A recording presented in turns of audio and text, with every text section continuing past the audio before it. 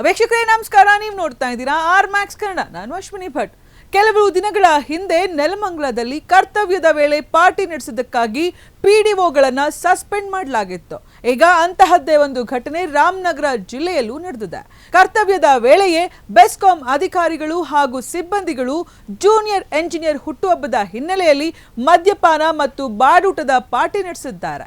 ಇದೇ ವೇಳೆ ಸ್ಥಳಕ್ಕೆ ದಿಢೀರ್ ಭೇಟಿ ನೀಡಿದ ಸಮತಾ ಸೈನಿಕ ದಳದ ಮುಖಂಡರು ಅಧಿಕಾರಿಗಳನ್ನು ತರಾಟೆಗೆ ತೆಗೆದುಕೊಂಡಿದ್ದಾರೆ.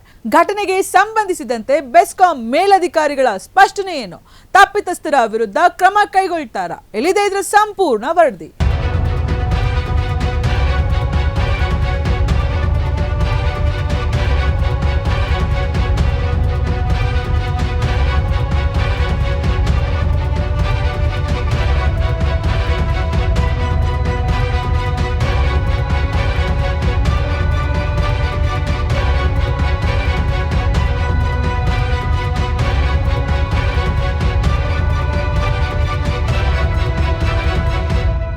ನೋಡಿ ಬಂಧುಗಳೇ, ಇದು ಸರ್ಕಾರಿ ವಾಹನದಲ್ಲಿ ಮಾಂಸಗಳನ್ನ ತಗೊಬಂದು ಅಡುಗೆ ಐಟಮ್ಗಳನ್ನೆಲ್ಲ ತಗೊಬಂದು ಊಟ ಮಾಡುವಂಥ ಪದ್ಧತಿ ಮಾಡ್ಕೊಂಡಿದ್ದಾರೆ. ಇಂಥ ಆಫೀಸರ್ಗಳು ನಮ್ಮ ಜಿಲ್ಲೆಗೆ ಬೇಕಾಗಿಲ್ಲ.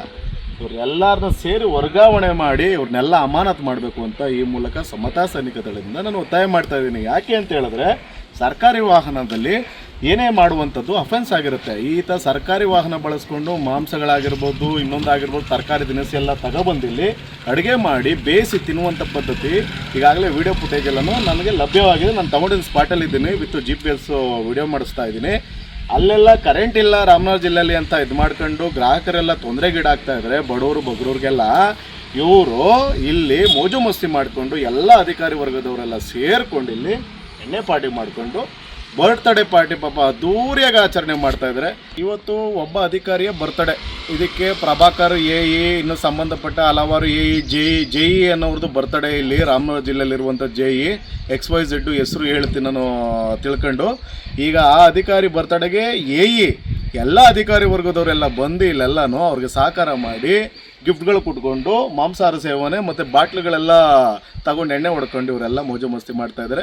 ದಯಮಾಡಿ ಇಂಥ ಅಧಿಕಾರಿಗಳು ನಮ್ಮ ಜಿಲ್ಲೆಗೆ ಬೇಕಾಗಿಲ್ಲ. ತಾವು ದಯಮಾಡಿ ಕೂಡಲೇ ಇವ್ರನ್ನೆಲ್ಲ ಅಮಾನತು ಮಾಡಲಿಲ್ಲ ಅಂತ ಹೇಳಿದ್ರೆ ಮುಂದೊಂದು ದಿನ ಹೋರಾಟ ಮಾಡೋ ಶತಸಿದ್ಧ. ಇಡೀ KV ಆಫೀಸೇ ನೋಡಬೇಕು, ಆ ಮಟ್ಟಕ್ಕೆ ಹೋರಾಟ ಮಾಡ್ತೀವಿ ಅಂತ ಸಮತಾ ಸೈನಿಕ ದಳದಿಂದ ಎಚ್ಚರಿಕೆ ಕೊಡ್ತಾ ಇದ್ದೀವಿ. ಜೈ ಭೀಮ್ ಬಂಧುಗಳೇ.